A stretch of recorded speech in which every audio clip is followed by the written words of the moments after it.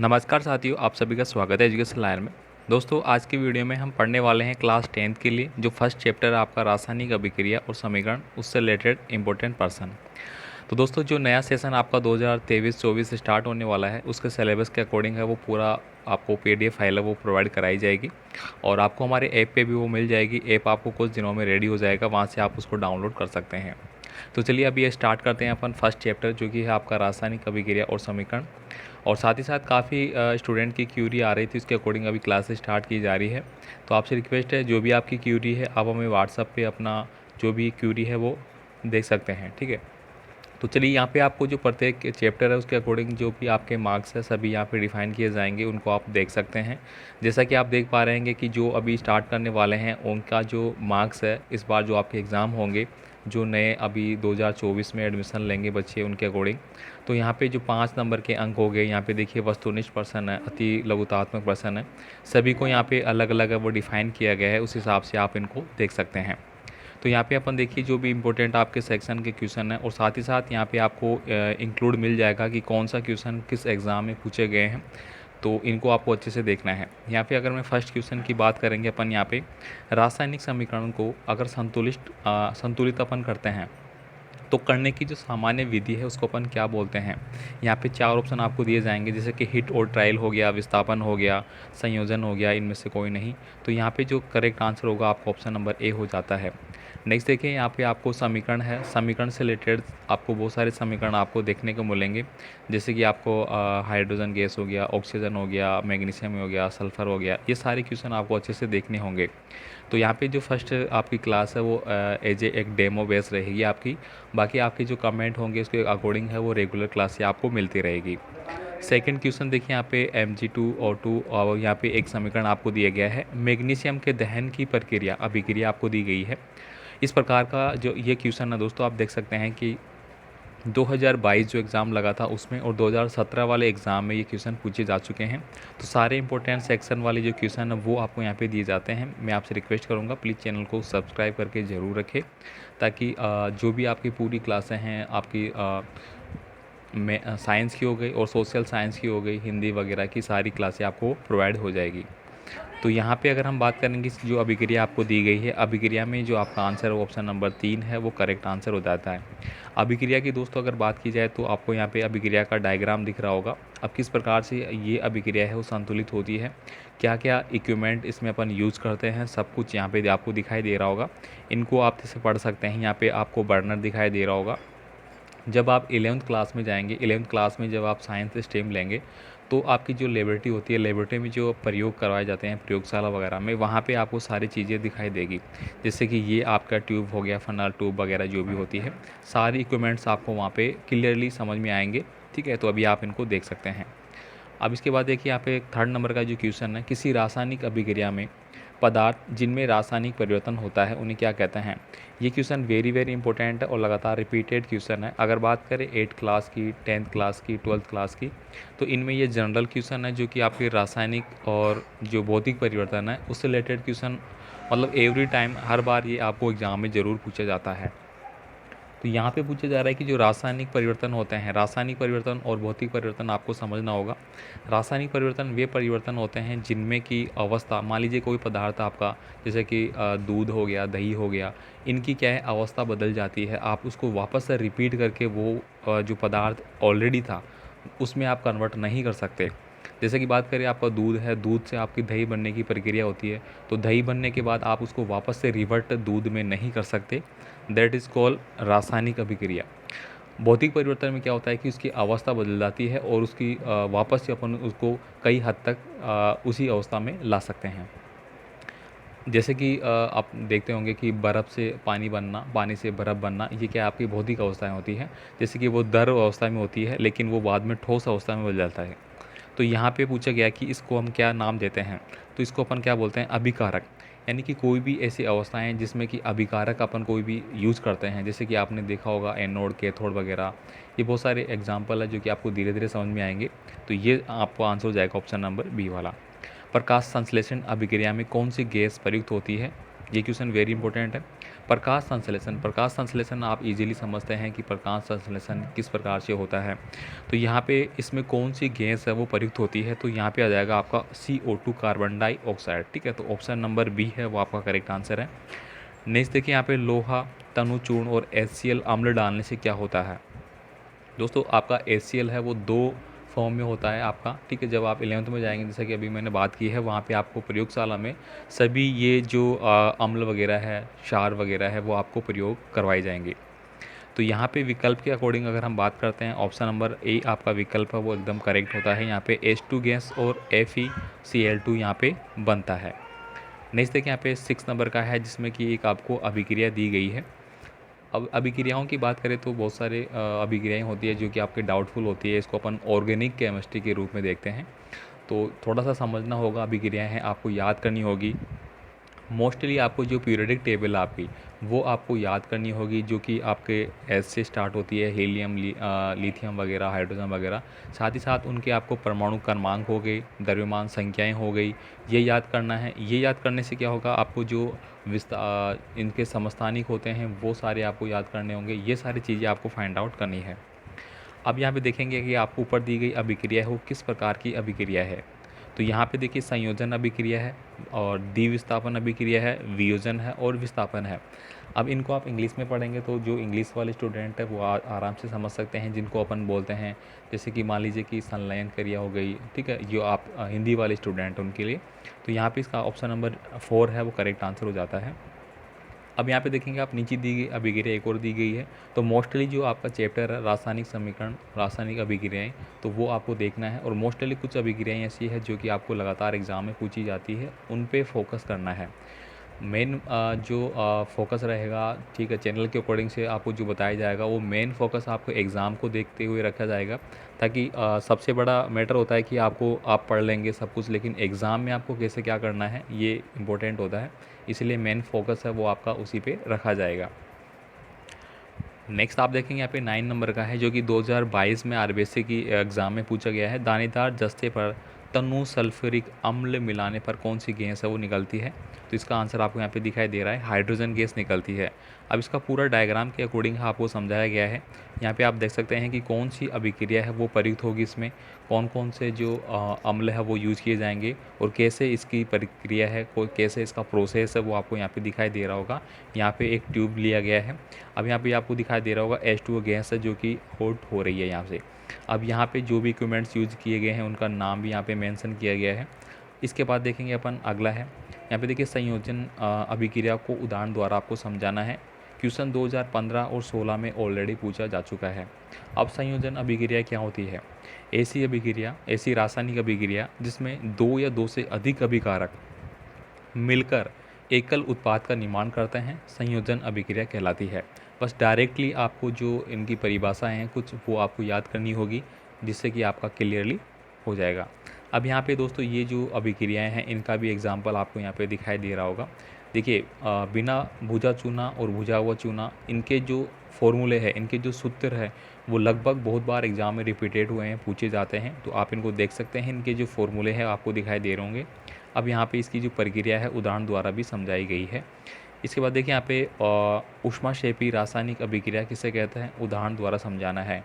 तो ये ऊष्माक्षेपी दो तो होगी, देखो एक तो होती है ऊष्माक्षेपी और एक होती है ऊष्माशोषी। तो ये दोनों बहुत इंपॉर्टेंट है, ये भी रिपीटेड क्वेश्चन है। ऐसी रासायनिक अभिक्रिया जिनमें उत्पाद निर्माण के साथ साथ क्या करता है, निर्माण उत्पाद के साथ साथ उत्पन्न होती है, ऊष्माक्षेपी अभिक्रिया कहलाती है। अब यहाँ पे इसकी प्राकृतिक गैस का दहन वगैरह है वो सब कुछ यहाँ पे डिफाइन किया गया है। ठीक है, इसके बाद देखिए ये पूरा चैप्टर है। इसके बाद देखिए यहाँ पे अगला क्वेश्चन है, अपघटन क्या होता है, संलयन क्या होता है, ये सब आपको यहाँ पे देखिए संगमरमर का सूत्र, संगमरमर का सूत्र है जो कि रिपीटेड है CaCO3। ठीक है, ये आपका फॉर्मूला होगा। अब यहाँ पे थोड़ा सा डिफ़िकल्ट होगा आपके लिए कि फॉर्मूलाज है वो कैसे हम याद करेंगे, लेकिन आप धीरे धीरे स्टडी करेंगे। अभी आपकी छुट्टियाँ चल रही है, अगर आप धीरे धीरे एक एक चैप्टर को थोड़ा पढ़ेंगे तो आपको क्लियरली सब कुछ हो जाएगा। यहाँ पे देखिए अगला क्वेश्चन है, वियोजन अभिक्रिया जिसको अपन बोलते हैं अपघटन, ऊष्माक्षेपी प्रकाश विद्युत अपघटन के उदाहरण द्वारा आपको समझाना है। तो इसको अपन क्या बोलेंगे, ये 2015 में आया हुआ क्वेश्चन है। ऐसी रासायनिक अभिक्रिया जिसमें एकल अभिकर्मक ऊष्मा प्रकाश या विद्युत द्वारा अपघटित होकर छोटे छोटे उत्पादों का निर्माण करता है, वियोजन अभिक्रिया कहलाती है। वियोजन अभिक्रिया में ऊष्मा शोषी होती है और उन्हें ऊष्मा शोषी अभिक्रिया कहते हैं। देखिए यहाँ पे ऊष्मा शोषी पूछा गया है, एक अभी हमने बात करी थी ऊष्मा शेफी, ठीक है। शोषी का मतलब आप समझ पा रहे हैं कि किसी चीज़ को ऑब्जर्व करना, एक होता है एब्जॉर्व करना, एक होता है उसको डिले करना, छोड़ना। तो इसको इस हिसाब से आप समझ सकते हैं। अब यहाँ पे ये पूरा एग्जाम्पल आपको दिखाई दे रहा होगा, यहाँ पे आप देख पा रहे होंगे डायग्राम में एक लड़की आपको दिखाई दे रही है जो कि इस प्रकार की प्रक्रिया को कंप्लीट कर रही है, ठीक है। यहाँ पे जो फॉर्मूलाज है वो आपको दिखाई दे रहे होंगे, शो हो रहे होंगे।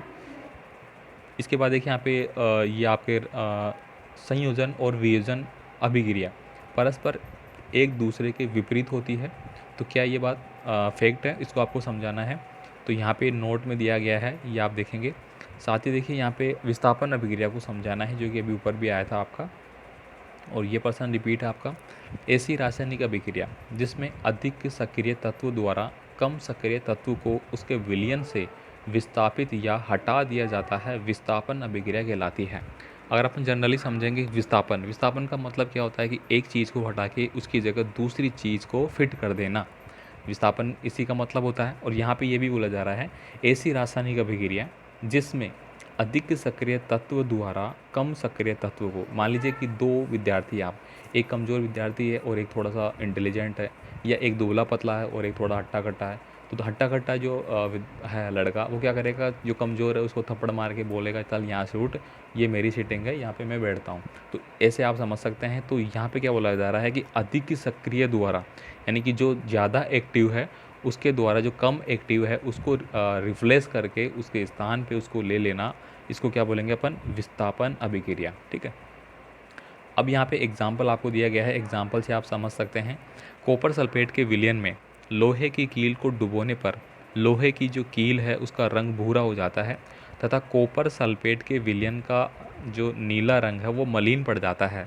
इसी को हम क्या बोल रहे हैं, विस्थापन अभिक्रिया बोल रहे हैं। और ये इसका एग्जाम्पल हो गया। जब आप इसको प्रयोगशाला में परफॉर्म करेंगे तो आप इसको और भी अच्छे तरीके से समझ पाएंगे। नेक्स्ट है कि यहाँ पे द्विविस्थापन अभिक्रिया, एक हमने पढ़ा अभी विस्थापन अभिक्रिया, सेकंड आपकी आ रही है द्विविस्थापन अभिक्रिया।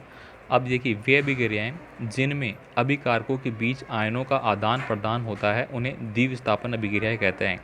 दोस्तों जो द्विविस्थापन अभिक्रियाएं होती है उनमें मोस्टली इस प्रकार का साइन होता है, किस प्रकार का, इस प्रकार का, मतलब वो इधर से इधर भी जा रही है और वापस इधर से इधर भी आके उसी जो फॉर्मूला है उसको कंप्लीट कर रही है, उसको अपन बोलेंगे द्विविस्थापन।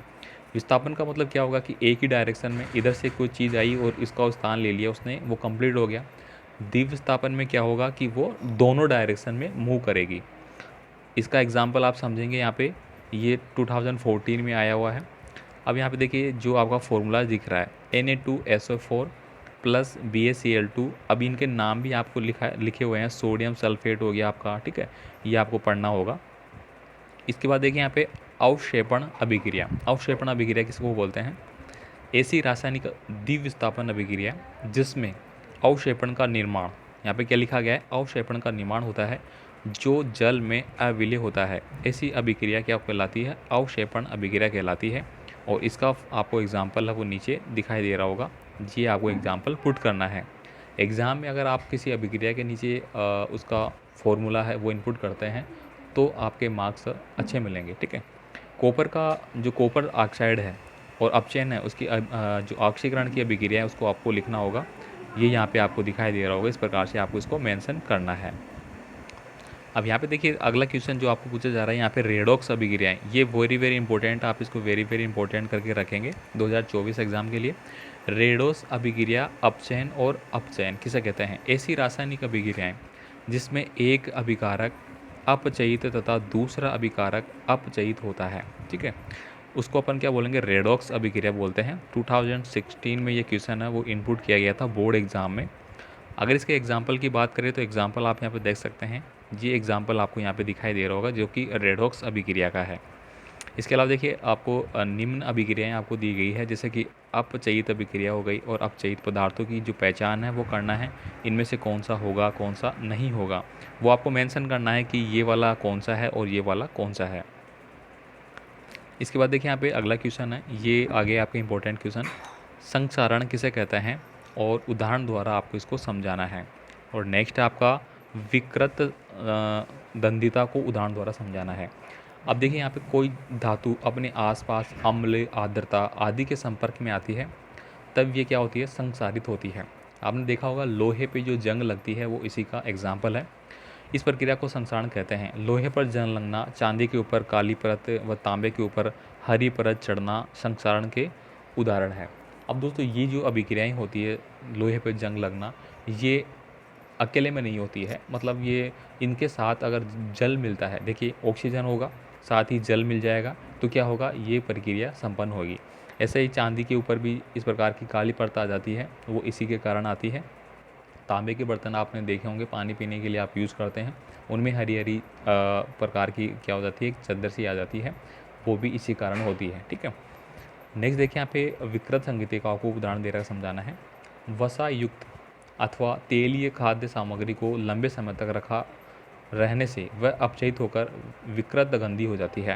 यानी कि दोस्तों आपने देखा होगा कि बहुत सारे खाने के पदार्थ ऐसे होते हैं जिनको अपन बोलते हैं कि फफूंद उन पर लग गई है, वो इसी कैटेगरी में आएंगे। ठीक है, अब यहाँ पे बताया गया है कि प्राय तेली तथा वसा युक्त पदार्थ सामग्री में अपचयन रोकने वाले पदार्थ अति ऑक्सीकरण मिलाए जाते हैं। वायुरोधी बर्तनों में खाद्य सामग्री रखने से अपचयन की गति धीमी हो जाती है। इसी कारण जो चिप्स की थैलियाँ होती हैं उनमें कौन सी गैस भरी जाती है, Na2 गैस भरी जाती है। ठीक है, और अक्रिय गैस प्रयुक्त करते हैं। अक्रिय गैस किसको बोलते हैं अपन, इनर्ट गैसों को बोलते हैं। जैसे कि आप जो बल्ब में आपने देखी होगी और ट्यूबलाइट में है, ये क्या होती है आपकी अक्रिय गैसें होती है, इनर्ट गैसें होती है, जैसे कि अपनी हाइड्रोजन हो गई। ठीक है, इस प्रकार की इसमें अपन यूज़ करते हैं। ठीक है, इसके अलावा आप यहाँ पे देखेंगे कि अपचयन अभिक्रिया और ऑक्सीकरण अभिक्रिया को एग्जाम्पल के द्वारा कैसे समझाया गया है। ये आप यहाँ पे देखेंगे 2022 बोर्ड एग्जाम में ये क्वेश्चन आपका इनपुट किया गया है। तो जिन पदार्थों में ऑक्सीजन की वृद्धि होती है उनका अपचयन होता है, यानी कि उनमें अगर ऑक्सीजन की वृद्धि होगी, ठीक है, तो उनका क्या हो जाएगा, अपचयन हो जाएगा। और जिनमें O2 की कमी होगी उनमें हाइड्रोजन की वृद्धि होगी, उनका अपचयन हो जाएगा। ठीक है, ये एग्जाम्पल आपको यहाँ पे दिखाई दे रहा होगा। ठीक है, तो मोस्टली आज के जो क्लास है उसमें अपन ने रासायनिक अभिक्रिया और समीकरण को समझने की कोशिश की है। ये यहाँ पे चैप्टर आपका एंड होता है। यहाँ पे अपन ने एक डेमो टाइप को आपको बताया है, इस प्रकार से आपको नोट्स फाइलें हैं वो अवेलेबल करा दी जाएगी, जो कि आपको पढ़ने में काफ़ी ईजी होंगी। साथ ही साथ सभी के आंसर भी आपको एक ही PDF फाइल में मिल जाएंगे। ठीक है, तो मिलते हैं अगले वीडियो में अगले चैप्टर के साथ। तो कमेंट जरूर कर देना आज के सेशन के बारे में। धन्यवाद।